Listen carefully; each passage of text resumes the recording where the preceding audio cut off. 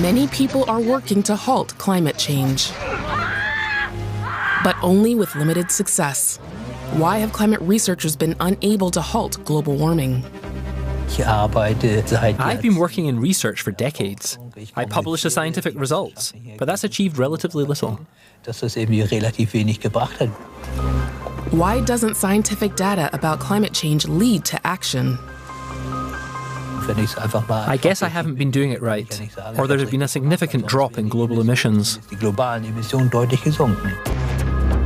Coal, oil, and gas continue to be used as fuel. Why?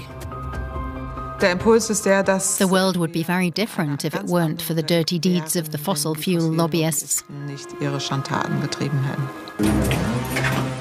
Climate activists often end up on trial, but can their controversial tactics force change? Of course there's resistance, but we might ultimately be successful. But time is running out. Why is it taking the world so long to act? We can't assume that just because society feels ethically compelled to save the world, it will. It's psychology, mindset, that determines whether it'll succeed or not. Researcher Mojib Latif is trying to find the best way. How can we still save the planet? Unbelievable. I've never seen anything like this before.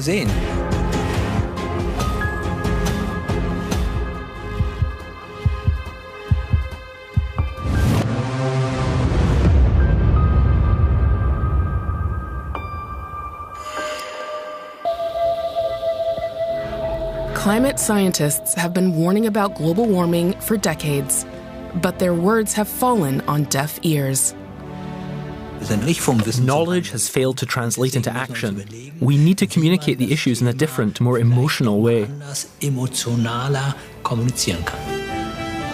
Germany's last generation protest movement emerged in 2021. Co-founder Lea Bonacera went on a hunger strike, demanding a meeting with German Chancellor Olaf Scholz.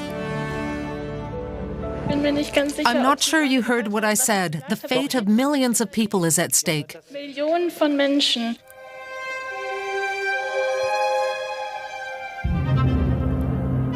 young activists planned their first protests in this Berlin church. The group intensified its strategy after meeting with Chancellor Scholz.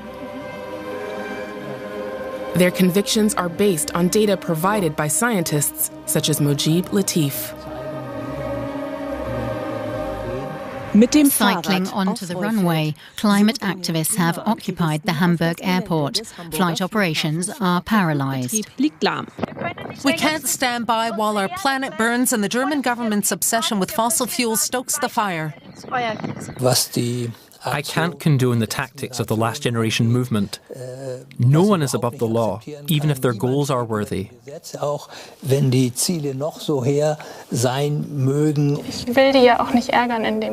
not that I want to anger people. I don't enjoy annoying them. But I've read the science, and I'm trying to figure out how this can work.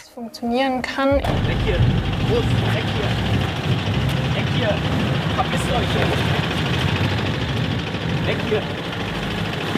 Verpiss dich jetzt! Verpiss dich!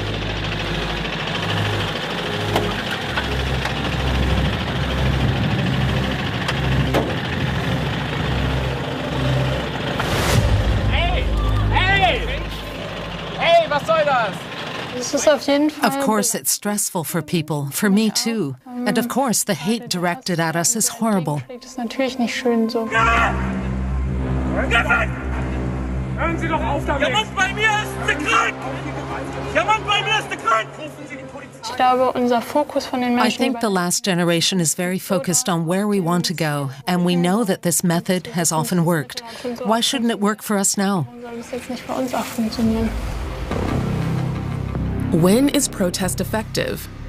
When does it do more harm than good?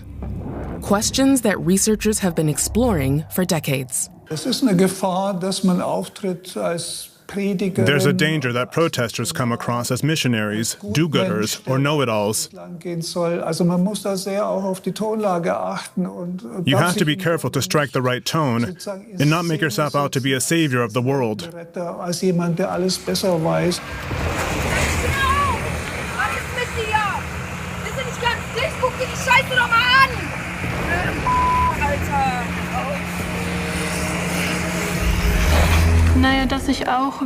I believe scientists have a responsibility to step up and say, it can't go on like this, and even to go on strike as an act of resistance. I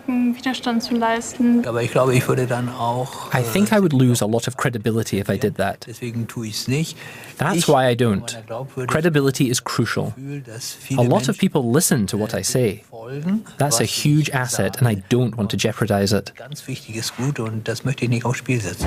Meanwhile, the last generation activists are facing pressure, from raids to arrests and charges. There are 13 charges against me from the first protests I did with Last Generation. Of course I'm upset by the prospect of going to jail.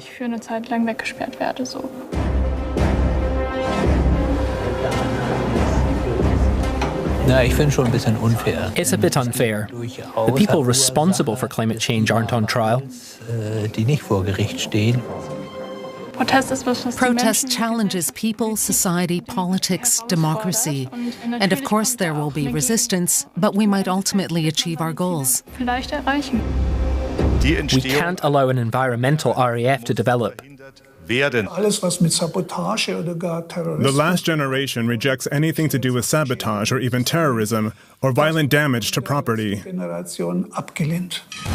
Mashed potatoes and paint can always be wiped off. But even so, many see the young activists as anything but peaceful. We are essentially radical, but not in our methods. No matter what happens, in terms of the last generation's strategy, we'll always be peaceful protesters because that's vital to a successful resistance. The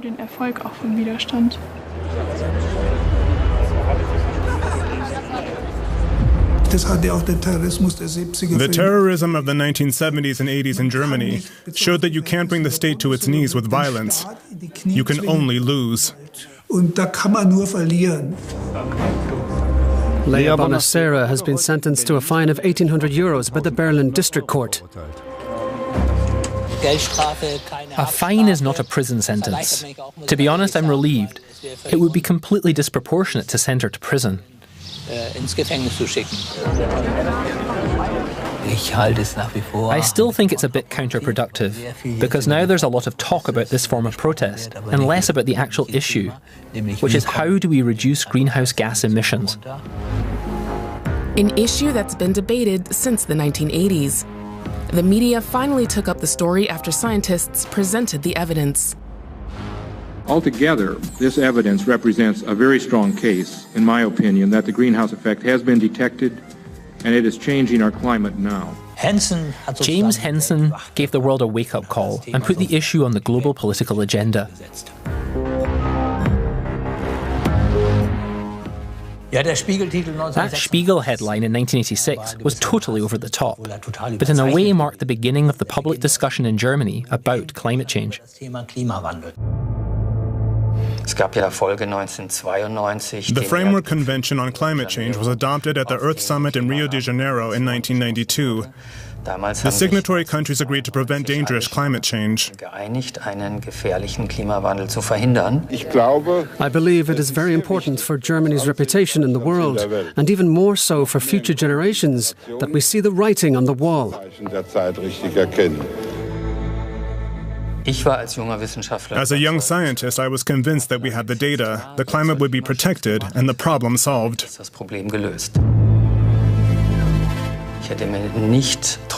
I would never have expected the massive backlash from lobby groups that ultimately prevented progress on climate protection, which is why emissions continue to rise to this day.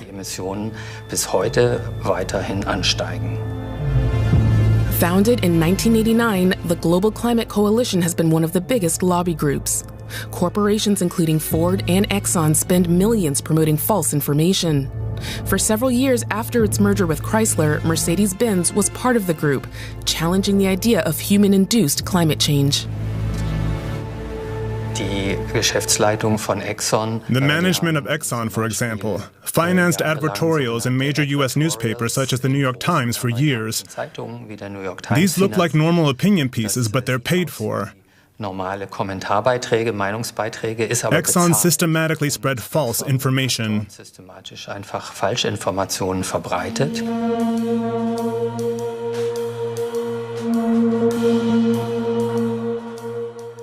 Exxon was up to date with the scientific research. Our studies showed that Exxon's projections were even more accurate. Exxon-Projektionen sogar noch einen Tick genauer waren.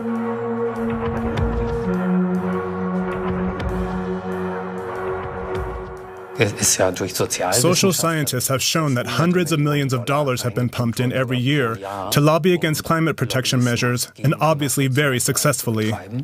Und offensichtlich sehr erfolgreich. What happened with climate change was a bit like what happened with smoking. It was established that smoking is harmful to health, but then the smokers' lobby, the tobacco companies, started to set up fake institutes. Angefangen, eben sogenannte Fake-Institute zu gründen. The tobacco industry is on the defensive. It's a similar situation to 10 years ago when it was suggested that there is a link between smoking and lung cancer. The Royal College caused the shares of American tobacco companies to fall sharply in April '62. Did the Royal College itself carry out any research investigations or Hat das britische Ärztekollegium irgendwelche Forschungen durchgeführt und ist es zu irgendwelchen neuartigen Ergebnissen gekommen? Die Antwort ist nein.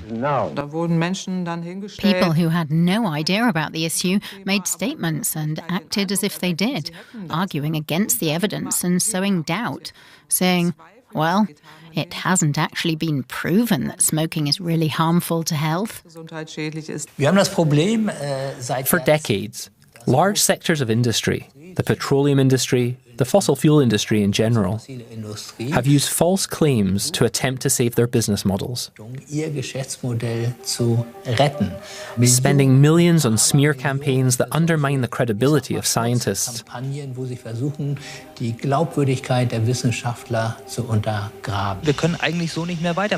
We can't carry on like this. We can't expect self-restraint from industry.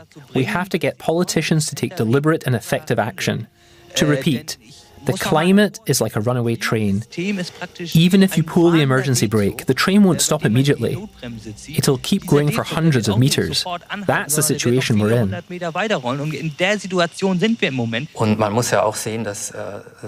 You have to realize that many people in business, in management positions, but also ordinary citizens, don't want to believe that climate change is happening. There's a huge market for excuses for doing nothing about it. And these lobbyists serve that market with arguments that are all too readily repeated. Are people unwilling to acknowledge things that require them to change their behavior? My experience is that it's incredibly difficult to let go of habits. Lobbyists know that all too well. To show why, let's look at a brain. You can see there are specific regions in the center of the brain that control our actions subconsciously, so to speak. There are two spheres, and this here is the basal ganglia. This controls subconscious activities. When we decide to take conscious action, that's up here at the front. Up here in the upper area is where the signals are sent from. But once this is automated, it happens subconsciously. You don't have to think about it anymore. Why is this so difficult? Isn't change also built into the brain somewhere? What we can do is overwrite a habit with a new habit. We have to identify actions or activities as a new habit, because we can't just switch off the old one. We have to decide what is a better alternative. We're running out of time. We can't wait for new habits to become ingrained. How can we change now? It would be nice if there was a button somewhere that we could just hit and the brain would change. Mobility behavior is a good example. It takes time to get used to new forms of movement. But once they're learned, they stay learned. The problem today is, whether it's lobby groups or the way we imagine the future, is that we stick to what we know and try to protect it.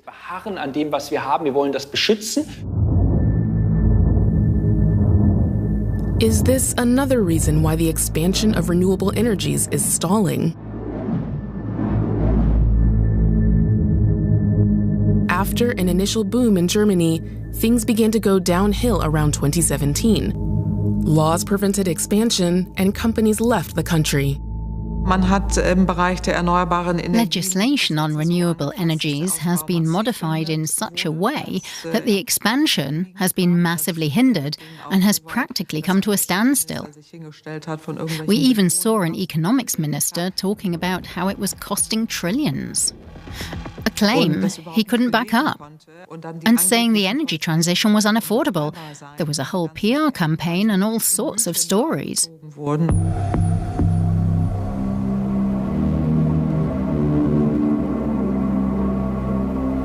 Proving the extent of the carbon lobby's power is difficult.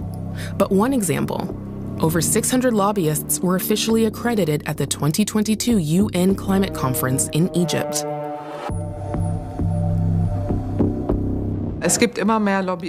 More and more lobbyists are running around at climate conferences on behalf of industry.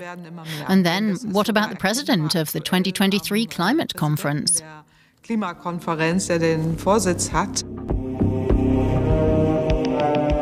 The president of the 2023 climate conference is also the head of a huge oil company. A conflict of interest in the fight against fossil fuels. That's a no-go. It's unacceptable. Wir wissen, dass die Energiequellen, die wir heute benutzen, weiterhin Teil unseres Energiemixes für die voraussehbare Zukunft bleiben. Personally, I feel like the guy in Groundhog Day. Time and time again, the lobbyists show up and manage to get everything done their way. Tatsächlich erfolgreich in ihrem Sinne alles Mögliche entscheiden lassen zu können.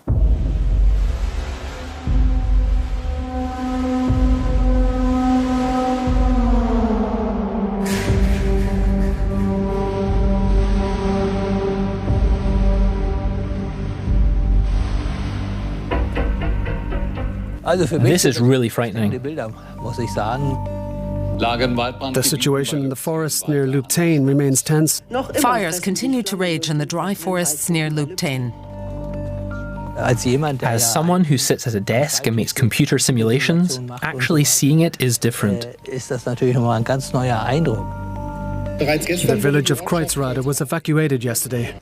Climate change is causing more frequent extreme weather, including longer dry spells.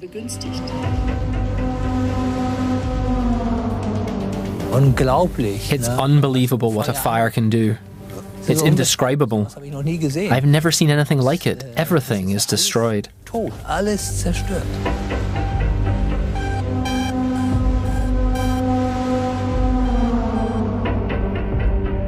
It's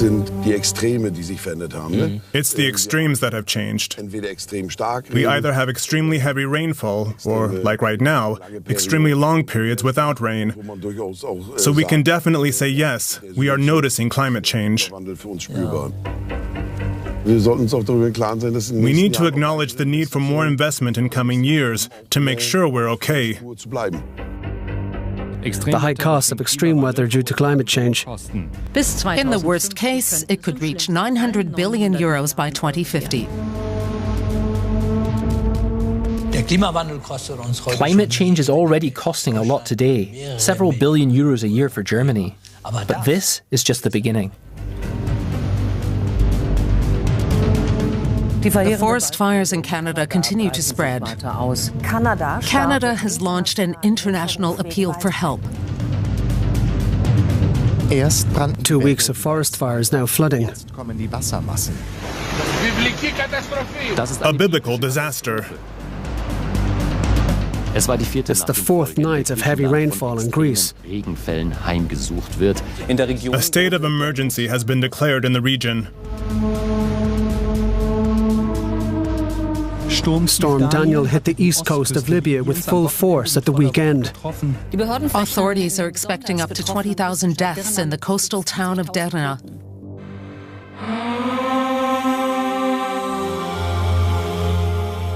Cities and villages especially vulnerable to extreme weather may eventually have to be abandoned.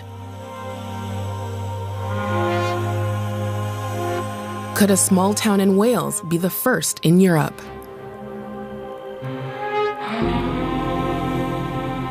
Fairborn, a village on the Irish Sea, has recently been making headlines across Europe. The sea level here could rise by as much as 30 centimeters by 2054, making Fairborn vulnerable to flooding from the sea, a nearby estuary, and river runoff flowing down from the hills. Is it already beyond saving?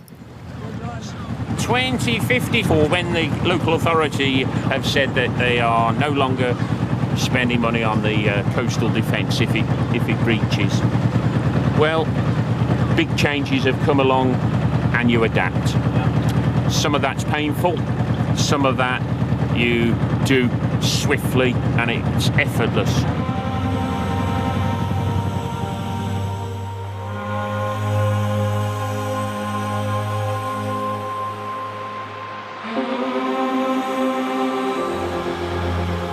The problem in this region is that these communities are on the coast, putting them at risk from rising sea levels.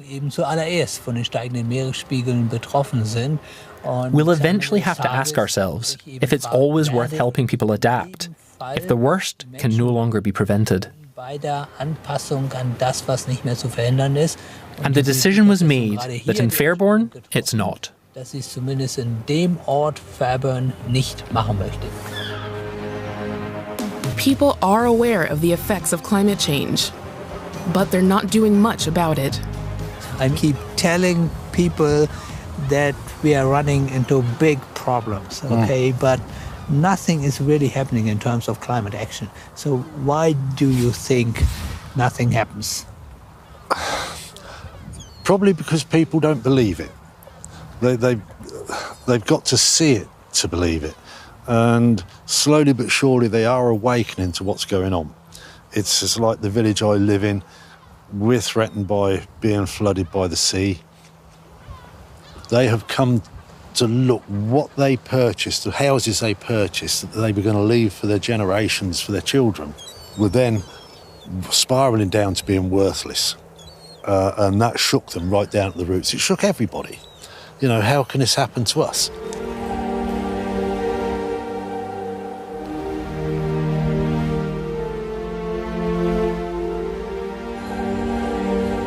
I've got no car. I wash once a week.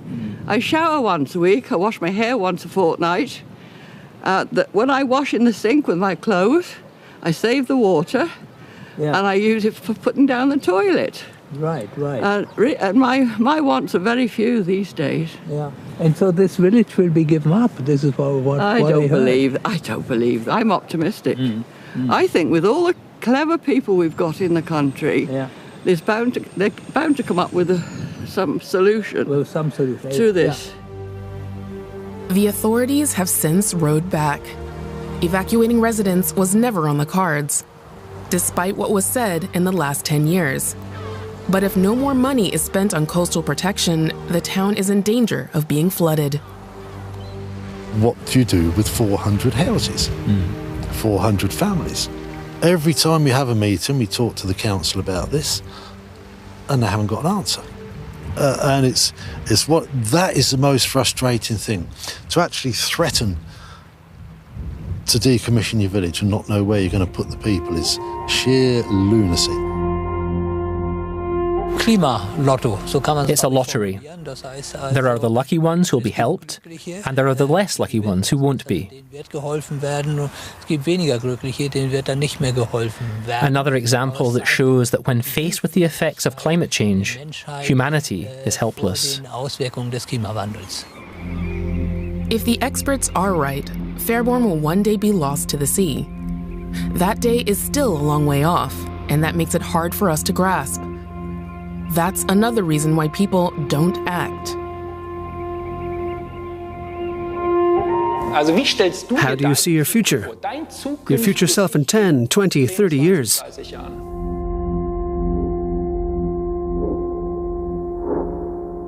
It doesn't look too bad. The interesting thing is that you can see how you're changing, so you can relate to it. The question now is, what's happening in your brain? Do you have an emotional connection to this person? That's the interesting part. That means I can see myself now as I might look in 20 years, but I still have no feeling at all for what that actually means. That's it. Do you have a sense of yourself? Or who is this person you see here? He's completely alien to me. And that's exactly my point. We've demonstrated what happens in the brain when we imagine the present and the future. This is a view of the brain from below. This is the back of the head. This is the frontal area. When you think about your present, as you're standing here next to me, your brain creates a mental image of yourself. You have a sense of who you are. When you imagine being here in a week, a month, a year, then that changes. This frontal activity decreases. The brain creates an idea of the future, but you're a stranger in that future. This area is much less active. Your future self is a stranger to you.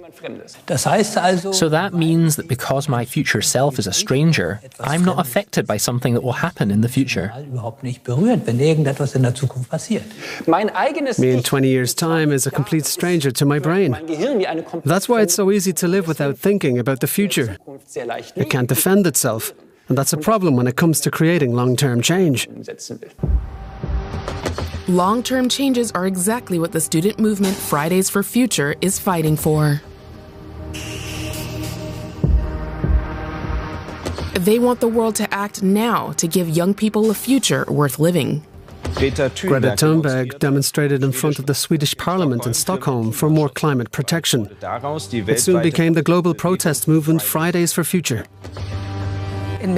People took to the streets in more than 200 cities in Germany today, calling for more action on climate change.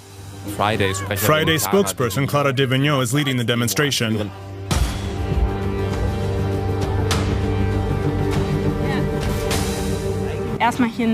Here's a picture of the demonstration, and here's the stage. Fight for it! Are we gonna get it?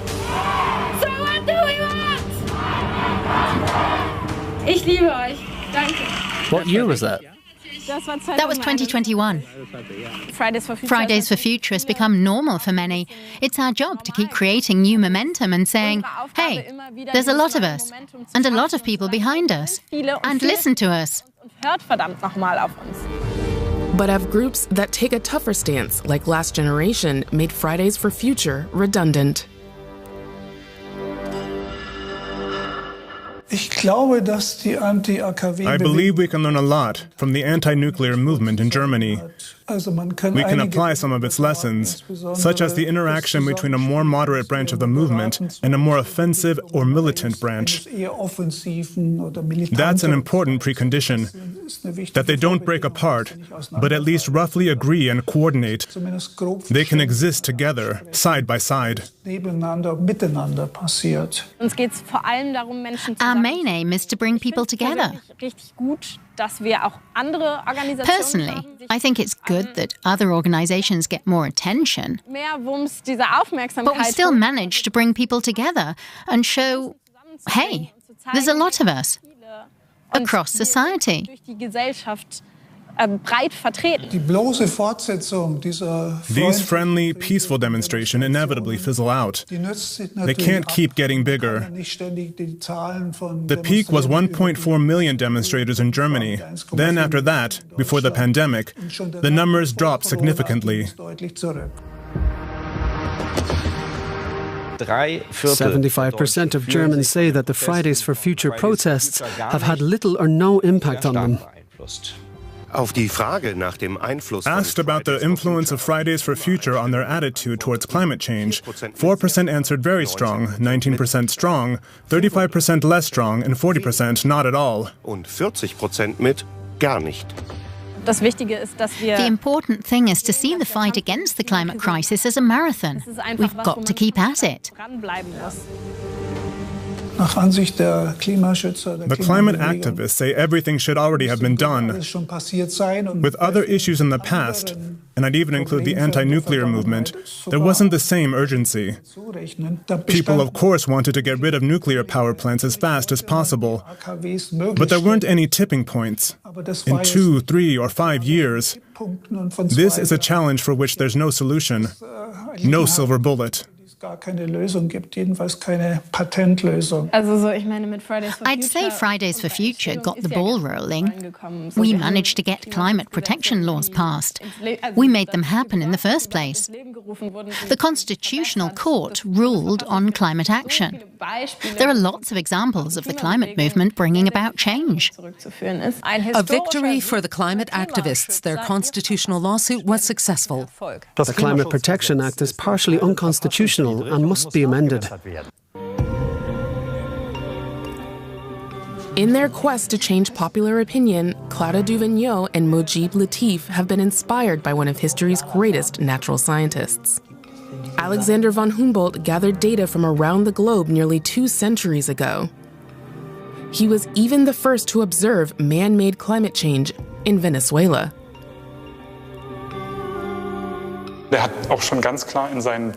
He clearly refers in his journals to the fact that all the smoke and fumes coming out of industrial chimneys would change the atmosphere, and predicts that this will have an impact. We haven't actually learned anything. We just carry on destroying the forests. We destroy the environment in all sorts of ways. And somehow, we can't convince people to stop.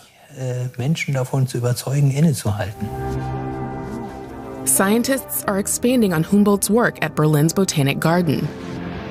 Researcher Jonas Zimmermann has collected and counted tiny diatoms in the Arctic Ocean, which are crucial for the entire Arctic ecosystem. The more diatoms there are, the healthier the water. But Zimmermann has documented their decline. Diatoms lived on the underside of ice. They're a food source for krill, the crustaceans that whales and penguins feed on. But now that the glaciers are retreating, there's less krill, and less krill is leading to fewer whales.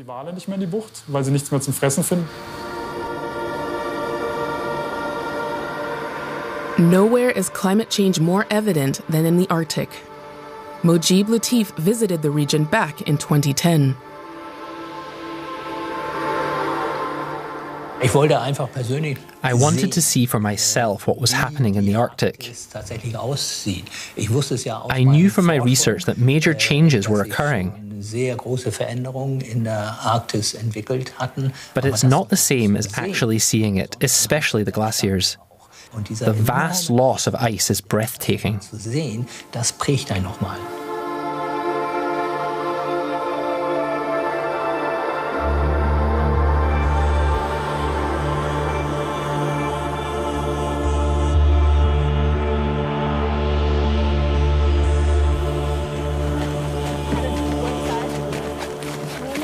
In climatological terms, the ocean has various functions. On the one hand, it absorbs heat, which slows down global warming. But on the other, it also absorbs carbon dioxide, which humans release into the atmosphere. This is both a blessing and a curse. It's slowing down global warming, but the water is becoming acidic, and marine organisms are suffering as a result. And tell me the number of personnel you're dropping off.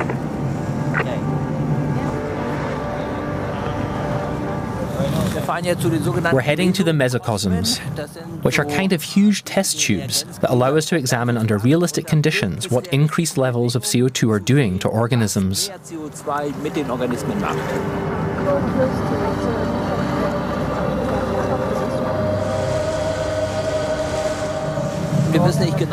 We don't know exactly how the ecosystems react to ocean acidification. We're very excited to find out if long-term experiments produce the same results as the short-term ones.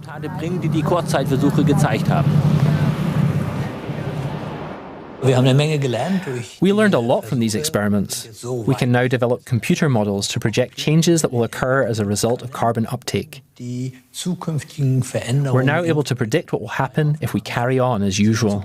Das heißt also vorhersagen zu können, was passiert, wenn wir so weitermachen wie bisher. We've all been witnessing these dramatic developments for decades, including the automotive industry.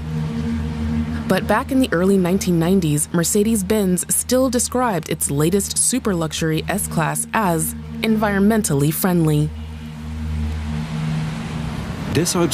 We at Mercedes-Benz are proud to be setting new standards and pioneering new environmental technologies with our new S-Class.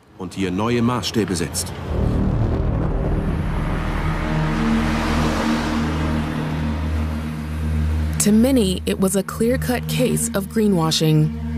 The new Mercedes-Benz S-Class was decried by environmental experts. The S-Class weighs around 2.2 times more than an average conventional car. The manufacturing process produces about 52 tons of waste, which is 2.2 times more than with an average car and amounts to about as much waste as 2 people in Germany produce in their entire lives. So viel Abfall wie 2 Bundesbürger ihr gesamtes Leben lang produzieren. We advertise our green credentials because we believe that we are making a great contribution and will continue to do so in the future. Take the Mercedes S-Class. This really is scandalous in a country like ours. These cars are so heavy. The energy cost of powering them is truly appalling.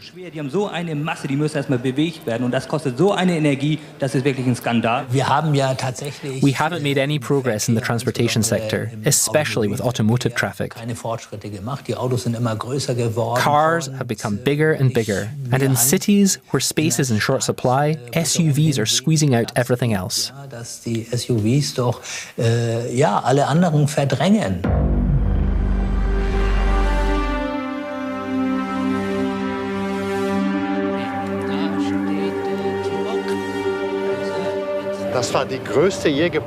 It was the largest S-Class ever made.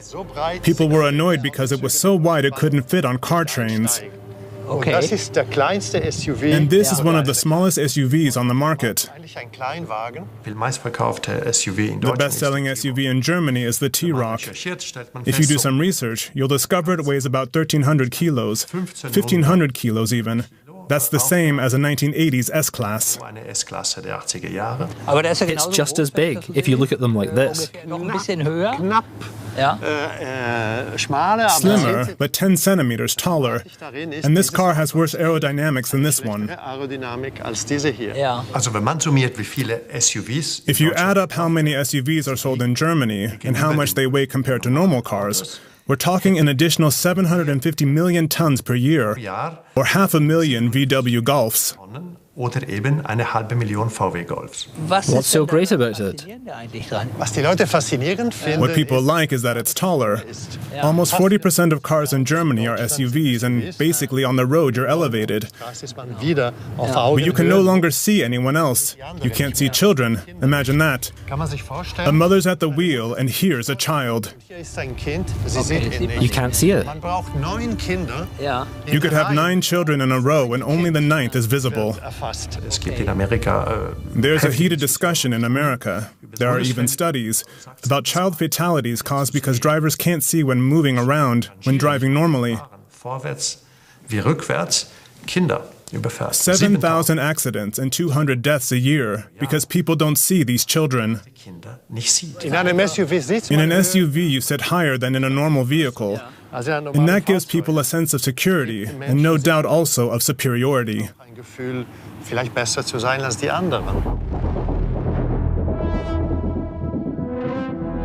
I'm having déjà vu. When you compare the two cars, you can see we haven't made any progress in terms of environmental protection and resource conservation. And that's just not okay.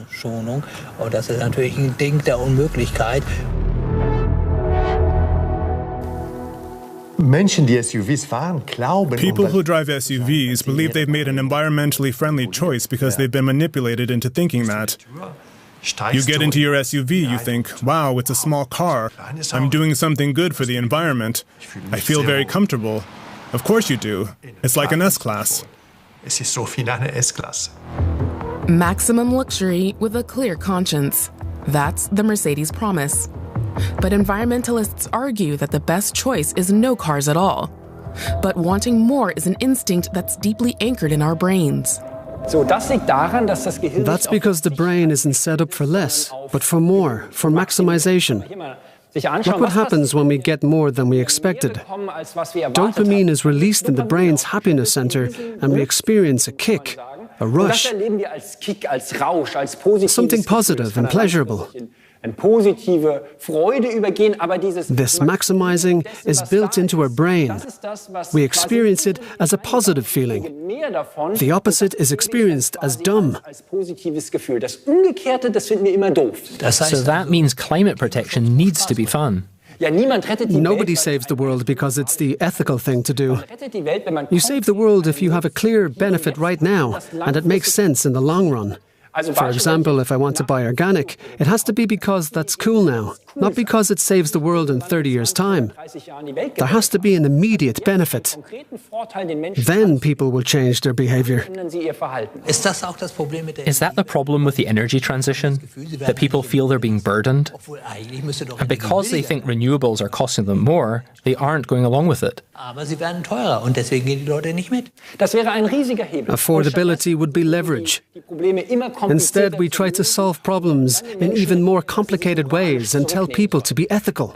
We're completely unaware of the basics of human thinking.